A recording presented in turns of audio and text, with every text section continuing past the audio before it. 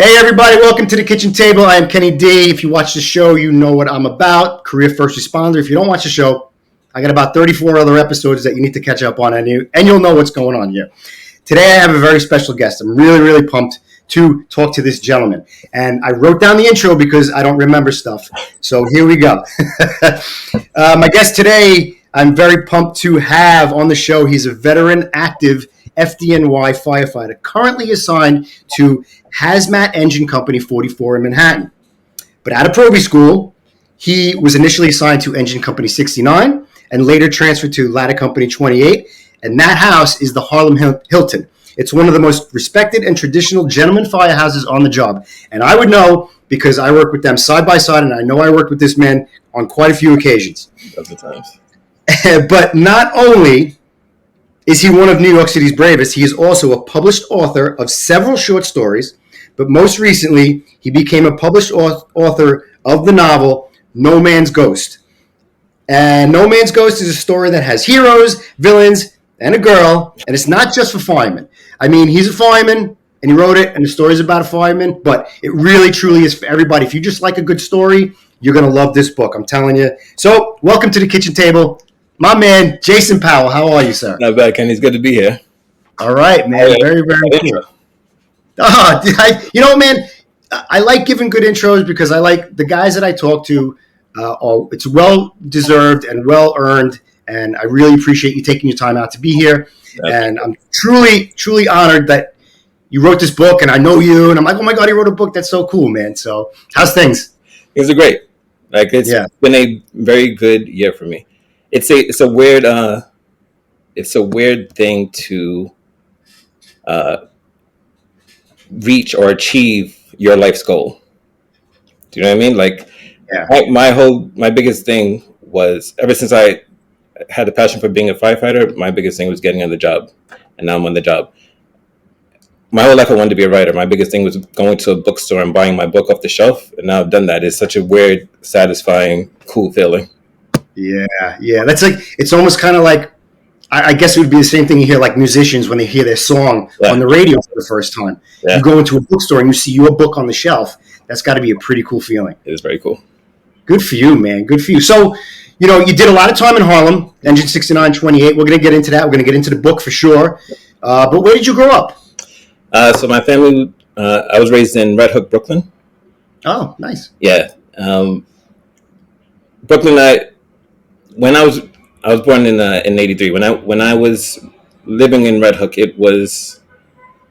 we thought, people who lived in Red Hook, that it was supposed to be like the most dangerous part of of Brooklyn, and I'm sure, or dangerous part of New York, and I'm sure every part of New York felt like that. But it was very cool. It didn't feel dangerous. It felt like this was a neighborhood where it was like TV, like in like you see in the Bronx Tale, where everybody knew each other.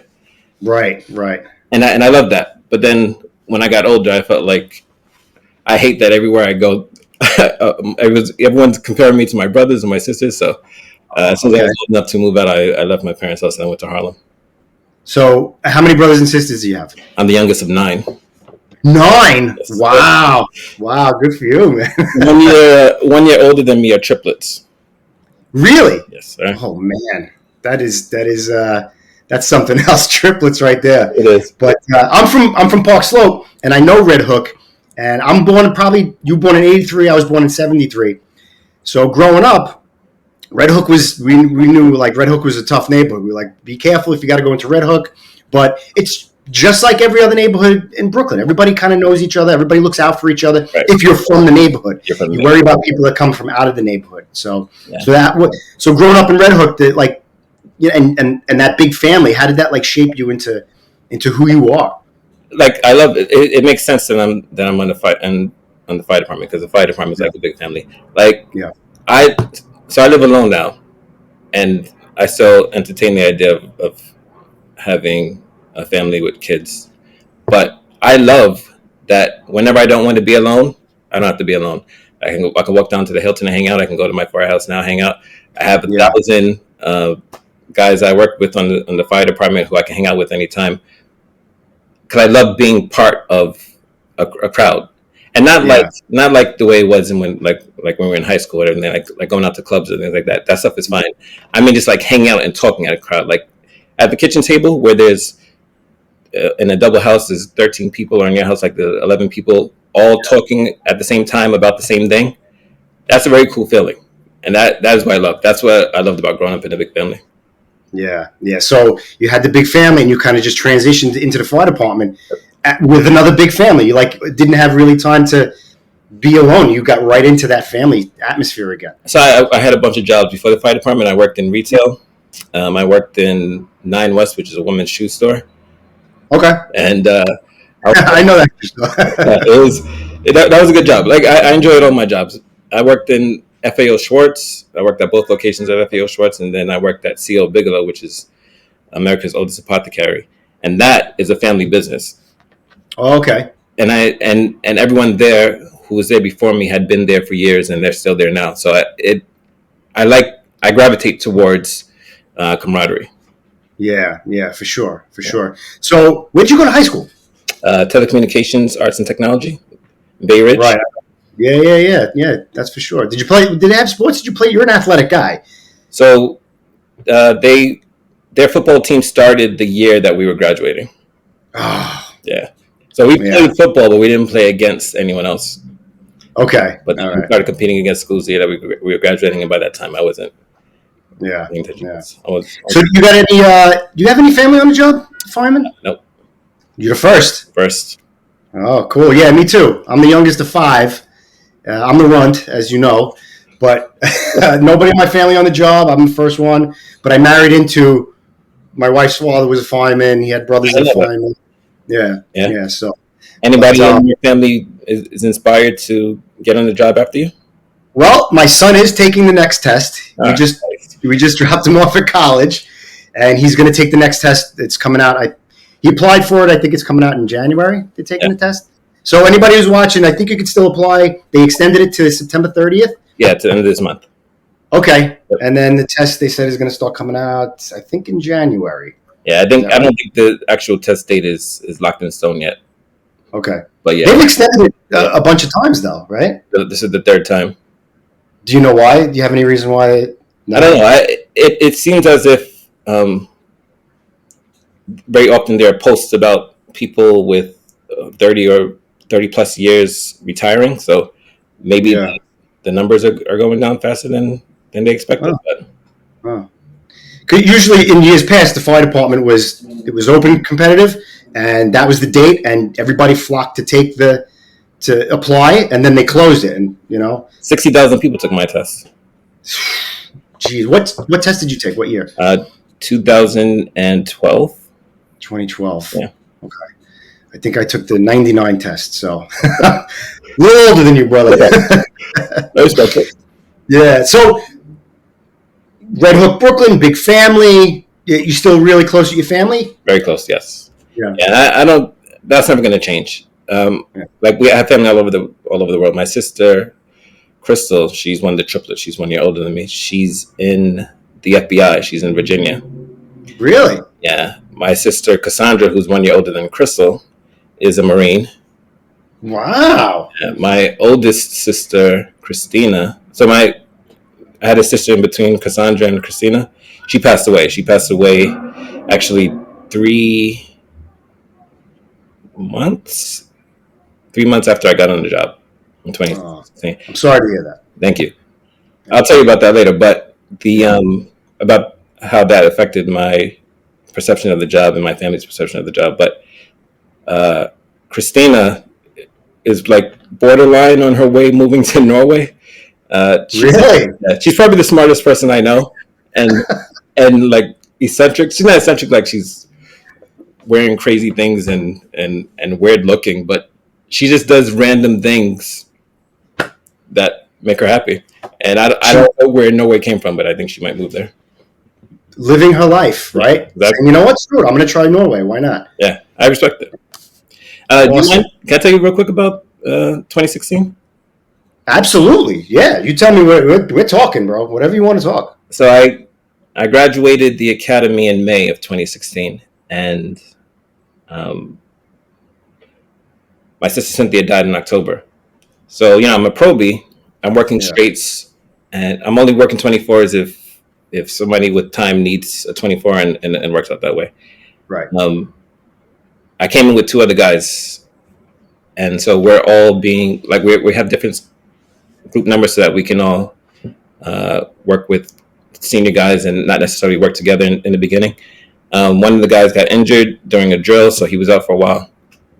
Another guy's family tradition takes him away for a while, so he was gone for the summer. For most of the summer, I was the only proby there, and it felt like I was the only proby there. But it was good. Like it was a lot of drilling. It was very helpful. But I worked with the same people over and over again because I was in group numbers. So I met people at events. I met them in the change of tours, but I really worked with the same handful of people. When my sister passed, I was afraid to like figure out. I didn't really know how it would work. Like I didn't know if I asked for time off. Like so I went to Paul Newman, who wasn't in the engine. I was in the engine. He was in the truck. Yeah. But I had told him a week before in conversation that my sister was sick. Yeah. And so he was the first person I told, and he was like, "Whatever you need, we got it." And then I called the senior man in the engine, called Joe Cobra, and he was like, "You're off. Just when you're ready to come back, you come back." Yeah. And I was like, I appreciate that. And I wouldn't have needed a lot of time. The funeral everything was moving smoothly. Like we were going to have the funeral set for like the next week. Yeah. But Jimmy Horan, another senior member in 69, reached out to me. He was like, "Do you mind if I post about it in the group?" Me, and I was like, "No." So he posted about it, and then I started getting donations to my mother, right, to help pay for the funeral. This didn't happen in any other job before. Like not that I've lost family members while I was working another job, but I've seen people lose people, and we send flowers, or like we buy them lunch when they come back to work. But I was getting donation after donation sent to my mother, and she appreciated that. She was distracted, but she appreciated that. The day of the funeral, I hadn't yet worked with everyone in the house, and everyone in the house who wasn't working came to the funeral. Wow. I met some people for the first time at the funeral. At the funeral. Yeah. And they all introduced themselves to my mother. They told them like she's part of the family now because I'm part of the family. They're telling her all these great things about me and how well I'm doing and how they're taking care of me and for her not to worry. And before that, my mother wasn't very excited about me being a firefighter just because she's worried about what every loved one worries about. Worried about what mothers worry about, yes. Right? Yeah. But Joe Bello, Mike Davidson, Paul Newman, Eddie Long, she knows all their names from that day. Wow. And she was so touched by that. It was the first time that when the day of the funeral that I was there. What would happen is my mother's sitting in the first row. People would come in. They would like go to my sister's coffin and they would cross themselves, and then they would turn to my mother and they would tell her they're sorry for her loss, and they would hug her and she'd start to cry again. Yeah. If somebody hugged her, she started to cry again. And then the guys from 69 and 28 came and they tucked her and she's smiling and she's laughing and they're hugging her and she's not crying. And I was like, this is unbelievable. After that, my family was in love with my job. They were all in after that, huh? Yep. It was really cool. Did you now, like, kind of segueing into that, did you have a different perception of the job before you got on the job? Did you know it was like that, or did you? 100%. Like, what inspired me to get on the job was a documentary I saw on 9/11. It was a 2020 or ABC. I don't know if it was 2020, but it was an ABC presentation about the 911 dispatchers and how they were feeling post-traumatic stress about the day because they were fielding calls from people in the towers and they were telling them, "You're going to be okay. The fire department is coming, the police department is coming. They're going to get you out. You're going to be okay." After a certain point, they knew they were lying, but they were still telling people, "You're going to be okay," and trying to keep them calm. And so a lot of the dispatchers were dealing with post-traumatic stress. During that documentary, they play some calls from the firefighters, and then like you can hear Captain Brown call that they play in the towers, that he's still going up. And when I heard that, for me, it felt like, so the point of the documentary was the post-traumatic stress that the dispatchers were facing. But I was thinking, at a certain point, the firefighters also knew that they weren't going to come out, and they were still trying to make a path for other people to come out. At the time, I was a manager in a shoe store, and I'm like, I'm not really doing anything, with my life. Right. I didn't feel like my life was wasted, but I felt like it was the first time I thought, for a firefighter, what their job is, their only job, is to go when somebody calls for help. Yeah. I mean, so like, I know that we're not just waiting around the firehouse. Now that I'm on the job, we're waiting around the firehouse for the call. I know we're drilling and preparing to answer, but any call for help, a firefighter has to be there, and that's an amazing thing to train for. Like, right? Like, how do you even put that in the training bulletin? Like, what is they training for? Anything that they need help with? Yeah. And and so that inspired me. But still, my perception of the firehouse was what I've seen. I lived in a decent building. I didn't see a lot of truck companies coming for suck elevators. All I saw was firefighters going to fires. I see firefighters going to car accidents, and I see on TV firefighters saving cats from trees. But for me, if I was just going to help people in car accidents and fires, that's fine. Yeah. But it was inspiring. I didn't know my whole perception of the job. Like, I don't even know if I saw a firefighter shopping for the meal before I was in the job, but I didn't realize it was such a close, close-knit family atmosphere. Yeah. You just figured, all right, it's a job. These guys, they just go to work. They save people, they help people, but you didn't realize how tight the guys are, right? And how family-oriented the guys are, and how if something happens in your family, the guys will step up to help you out, and vice versa, and stuff like that. Yeah. After I took the application, I filled the application for the job. I left the shoe store and I was working at Bigelow, which is the pharmacy apothecary. And the owner there, the manager Ian, he's a 4th generation owner, and that is very much a family feel, and I loved that feeling. Yeah. And I was sad to leave it, even though I was excited to be a firefighter. Yeah. When I got on the job, I was like, this is 10 times more like impactful. Do you know what I mean? Yeah. Yeah. And there's a thing like, I always hear people when they're older firefighters, when they're telling the stories about, an example would be in the academy when the instructor said, my wife is counting on you to be good at your job. And I get it. I understand we're putting our lives in each other's hands, the same way the city is trusting us. And that trust amongst each other, it kind of breeds a connection.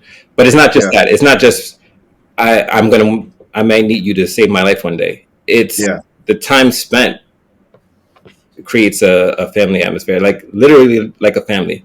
Like even when there's disagreements or disputes, we always come back to the love part of it. Yeah, that's why we call each other brother. Yeah, that's my brother. Like I always wanted to be a fireman, and I'm not going to talk about myself too much at all. But sometimes I have a habit of doing that. But my whole life I wanted to be a fireman because I saw a fire in my neighborhood one day, and I was like, oh my gosh, I want to do that. Like these guys, fire out the windows and the trucks going up, and I was like, that's like the fear and the excitement. I was like, that's what I have to do. I knew that firemen were in the firehouse and they were together and whatever. I didn't realize how closely the guys were. It's a change. You literally change your life. They literally become your second family. Yeah, 100%. And I put out a video the other day, or a little thing is the firehouse. Station, right? Fire station. Firehouse, fire station. Because a lot of people, since I started doing this, I'm attracting a lot of firemen from all over the place. And some people call it station, some people call it firehouse. And I saw something where an old FDNY guy was saying we call it a firehouse because it's tradition. We're going to our second home with our brothers, with our family, and we have all the comforts of home, and we're all together. And we eat together and sleep together and shower in the same and change together and go put our lives on the line for each other. That's our family, and it really truly is a change of life. Like it's your family. Like this job really becomes your family, your second family. And if something happens in your first family, we're going to handle it. We're going to help you out. Yeah, I saw that episode, and I made reference to that when I had the book launch for No Man's Ghost. Yeah. One of the questions asked to me,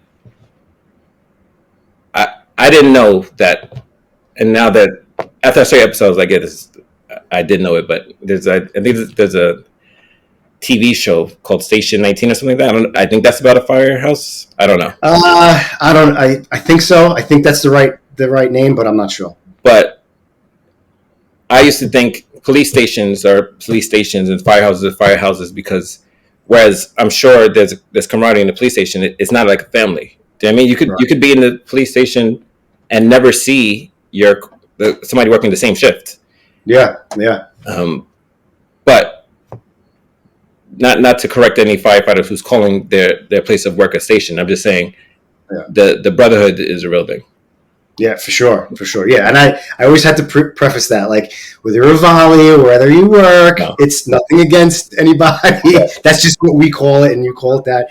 And, But, so, you were inspired by that 9/11 documentary to become a New York City fireman. So, you get on the fire department you go to proby school in 2015, correct? Yes. Yep. So, how was proby school? Tell me how you did in proby school. I was prepared for it. So when I filled out the test, I got 100. The highest possible score you can get is 115.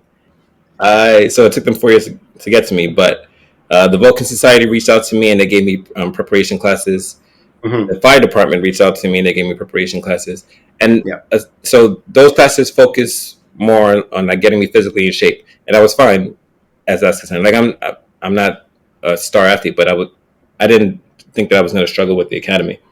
Yeah. What I found beneficial from the Vulcan Society classes, perhaps more so than the fire department classes, was that they were preparing you psychologically for being in a position of being the lowest person. Okay. And what they were saying is, this is not a reflection on you. This is not a reflection on anything other than the fact that you're the newest person. Everybody at some point was the newest person. Yeah. And after a year of your being here, you won't be the newest person. There'll be someone else in your position. So their focus was being a good probationary firefighter, being a good member of the house, being a member of the department. And so when I went in, like the whole paramilitary thing wasn't a huge adjustment for me because I was prepared for it. And like, I'm an overachiever, so I felt like you're gonna give me a challenge. I'm gonna try and knock it out the park. Yeah, it kind of sucks. All right, I had to get used to giving 110%, and then still having to be smoked or corrected because somebody in my squad didn't give 110%. But that's probably the most valuable lesson of proby school. Do you know what I mean? Once you get to the firehouse, you're part of a team. Yeah. Ladder companies, they have positions where people go independent of each other, and they might be working in one area by themselves. Yeah. But they're working as part of a cohesive team. Yeah. And so it's an important lesson to learn. It's not good enough for me to do great and my teammate not. We need to do it together, Absolutely. I take that. You have to.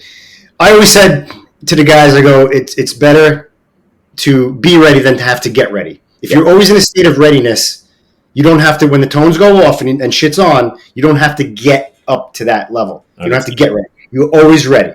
And I believe that mentally, physically, spiritually, like in the firehouse, certain positions, especially the nozzle, I always had the wheels turning. Like I'd be laying in the bunk and going, okay, if we got a tenement fire, this is what I'm doing. Whatever position I had, mostly with the nozzle or if I was driving, I just constantly talked myself into scenarios in my head. I was always felt like whenever the toes dropped, I was ready to go. You know what I mean? That happened as a result of the guys above you training you, or you feel like you've always been like that? I feel like with this job, because I want the level that they wanted me to get up to that level of training, and I wanted to not let them down. So I wanted to know my job. I wanted to be physically fit for my job. I wanted to be mentally ready for my job. Listen, we all screwed up. We've all made mistakes, training, at jobs, whatever. But that's how you learn. Hopefully you don't get yourself hurt, or God forbid somebody else hurt. But if you're constantly ready to go and doing the right thing, I don't want to let them down. That was my biggest fear in the firehouse and being on the job, was not letting my brothers down. So like you could right. You could go in and go, listen, kid, you did a great job, but you fucked up here, you fucked up there. That's okay. We can work on that. But just being totally unprepared and a bag of shit was unacceptable to me. Yeah. I was going to try my best for my brothers. Yeah, I 100% felt the same way, and I didn't ever think. Like after a while, I realized none of us were really worried about that. Yeah. I think they knew that I was going to give 110%. Yeah. They also knew that I was going to mess up sometimes, but because I was giving 110%, they were okay with that. They were okay with doing it. Paul Debart is one of the senior guys in 28 truck, and then Mike Pucci, who was the senior guy in 28 truck. Even before I was in the truck, they were giving me that lesson about looking at what you would do in the scenario. And that's what I loved about the Hilton. It's the same in 44. In 44, it needs to be that way because the guys with time are such experts at hazmat that they're teaching it at the academy. So every opportunity that we have a hazmat run, it becomes a drill and a lesson. But in 69 and 28, if we go to an odor of gas, second due, I'm still getting off the rig, and they're looking at this building, and they're like, what would you do if you had the roof? Where would you go if you had the roof, or if you had the OV? And every building, every opportunity that we had to leave the firehouse, no matter what it is for, was a drilling opportunity for that particular run and for other scenarios. Yeah, for sure. You can definitely, I have done it. I've gotten a little complacent as you get time on. That's why I always loved when new guys came on and that were so into the job, because if a new guy came on, it got me back into the training mode and talking about buildings and getting off the rig and going, what would we do here? And it keeps you sharp. New guys keep good senior guys, sharp.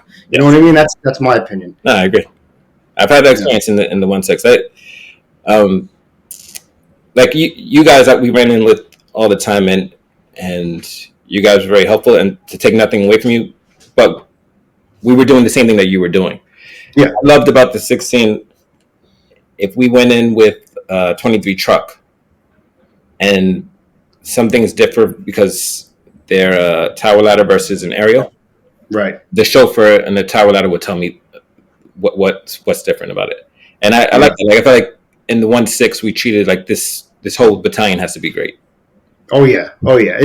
And maybe my opinion is biased, but I think the 1.6 battalion is the best battalion on the job. I don't know. We'll have this conversation again when I'm off the job.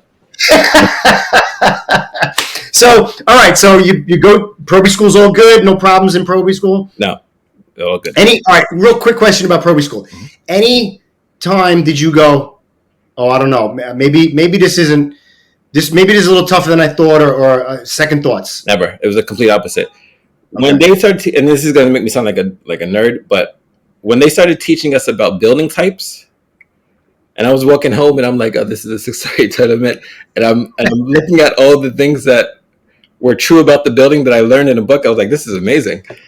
Like I didn't realize how much was taught to firefighters to be good at their job, and I'm like, this is amazing. Nothing about Proby school made me reconsider it. It made me like very, very proud.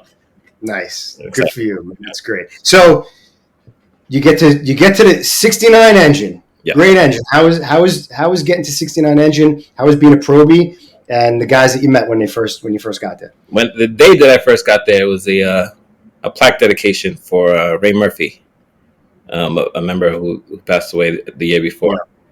So there were a lot more guys who were there who weren't working, which was nice. Like and the whole battalion was there too, pretty much, right? Yeah, but I got there. The day that I got there wasn't the day that I was working. It was the day that I brought the cake from from after proby school.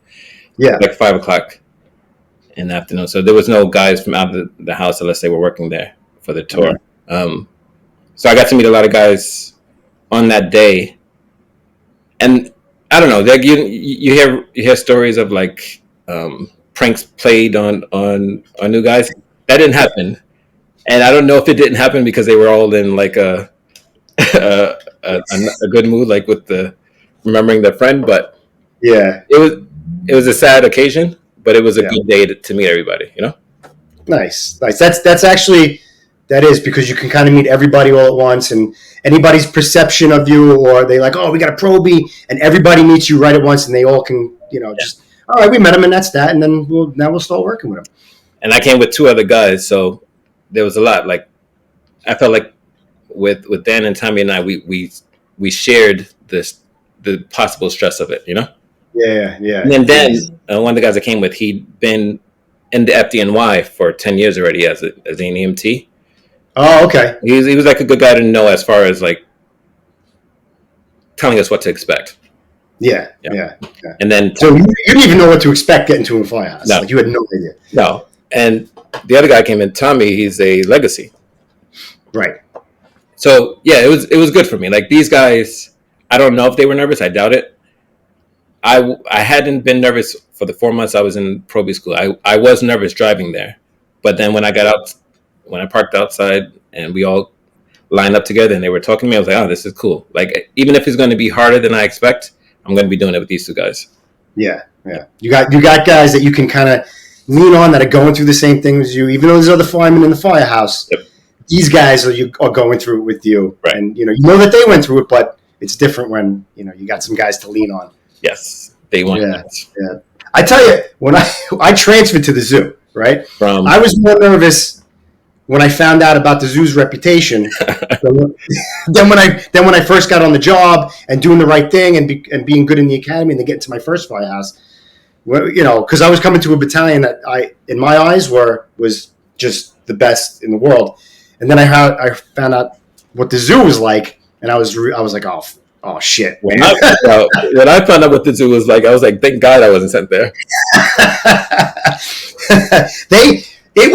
I would have, looking back on it in hindsight, I would have wished that they bucketed me and threw cakes on me instead of completely ignoring me and telling me that they hated me and they wanted me out. So whatever, we got over all that, and it's all good.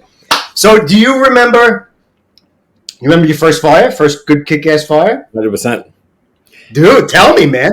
So, like I told you, for the summer that I was there, I was the only proby because the other 2 guys were out for different reasons. Yeah. So, on a Tuesday, Mike Davison, Tim Heaton, who was a senior guy for a while before he got promoted, Mike Davison, Tim Heaton, Devin Riley, and I, with Lieutenant Arezi, they took me to a building in St. Nick. This is a very crazy situation. So they took me to a building in St. Nick in our first area. The reason why they were showing me this is a unique building. It had 2 stairwells. It had a wraparound stairwell, like 50 to 60 feet when you walk in through the lobby. And then further, there was another stairwell with a well hole. Mm-hmm. So the scenario was there's a fire on the 3rd floor in apartment 3B. And they wanted me to figure out which is the fastest way to get there. Okay. So we did a dry run. We brought hose lines for the drill. They were dry, obviously. We didn't charge the line, but I went all the way up, carrying the line. The wraparound, they're teaching me how to do it properly, like go to the outside of the wraparound so that it doesn't tighten when you turn. And then we did the well hole. And so they helped when they need the help, but for the most part, I was doing all the work by myself. Yeah. Kenny, when I was done, I was spent.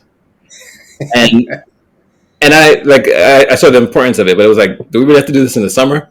But it was a fun drill. Like they're all good guys to drill with, and so they're showing me like the one thing is the boss, Lieutenant Resi, is telling me like I'm not going to be making the decision. More than likely, the boss is going to tell me what use. But they're just showing me the benefits of the well hole, and they're showing me if you're going to do a wraparound, they're doing those things. Yeah. Tuesday. Remember, I'm on straights. This is Tuesday day tour. Wednesday day tour, we get a fire in that building on the 4th floor. In that building? Same exact building on the 4th floor. You better have known every little thing about that. I flew up those stairs. And I was no, it was different now because there's 9 people on the line as opposed to just me and someone backing me up. Yeah. But I was so happy going up the stairs. There's people running down the stairs and like flip flops panicking because there's smoke coming in. And I had like a huge smile on my face, and Kenny Riley's backing me up. But then I got real. Like then I was getting to the fire, and I was like, okay, getting here is not the hard part. I actually had to do my job, and I was slightly nervous. And then I get down on my knee, and I'm forgetting everything I was taught. I get down, and I'm masking up, and I don't have my knee on the line, and I'm like, it's not that dark, but I remembered everything afterwards. So I'm starting masking up. I was like, I got to take control of the line, and I put my knee on the line, and I take my gloves off to mask up, and I'm not supposed to have my gloves off, put my gloves back on. I'm doing everything slower than I should because I'm trying to remember everything that I was taught.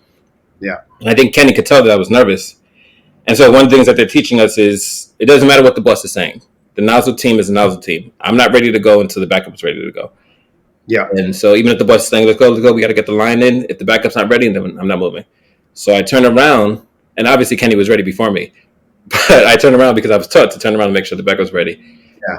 And I hear my breathing through the face piece. It's annoying me. Like I feel like I sound like Darth Vader, and I hear my breathing. Yeah. And I scream to Kenny, "You ready?" And he doesn't scream. He just says, like I'm talking now. He's like, "We're good, bro.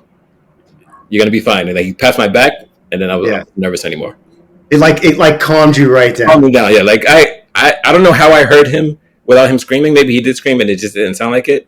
But I could see him smiling. He's like, he wasn't nervous, so I wasn't nervous.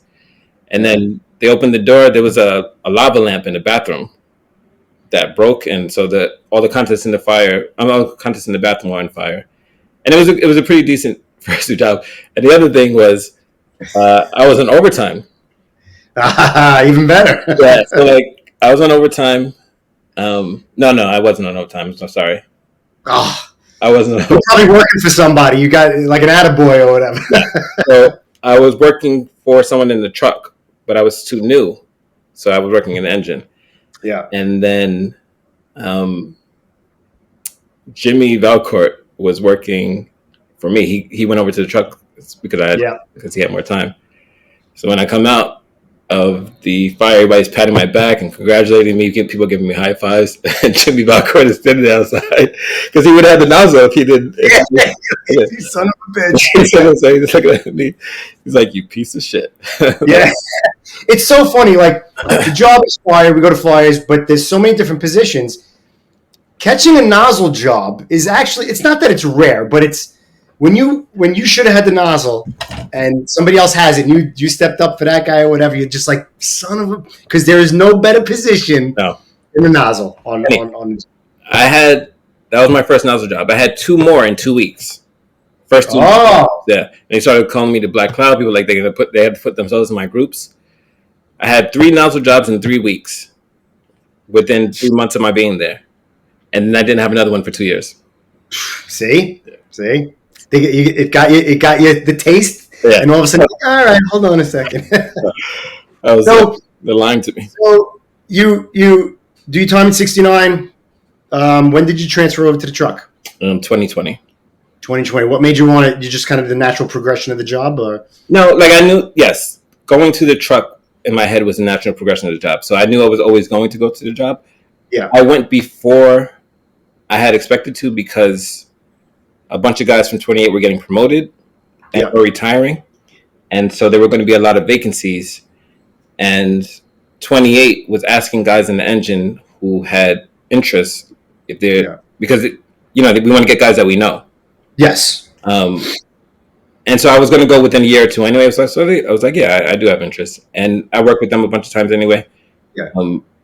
So I went in 2020 earlier than I would have gone just because of that. And this is So we had to put the paperwork in earlier. So this is before COVID. I mean, during COVID, but I put the paperwork in before COVID was. Yeah. That was an interesting first year in the truck.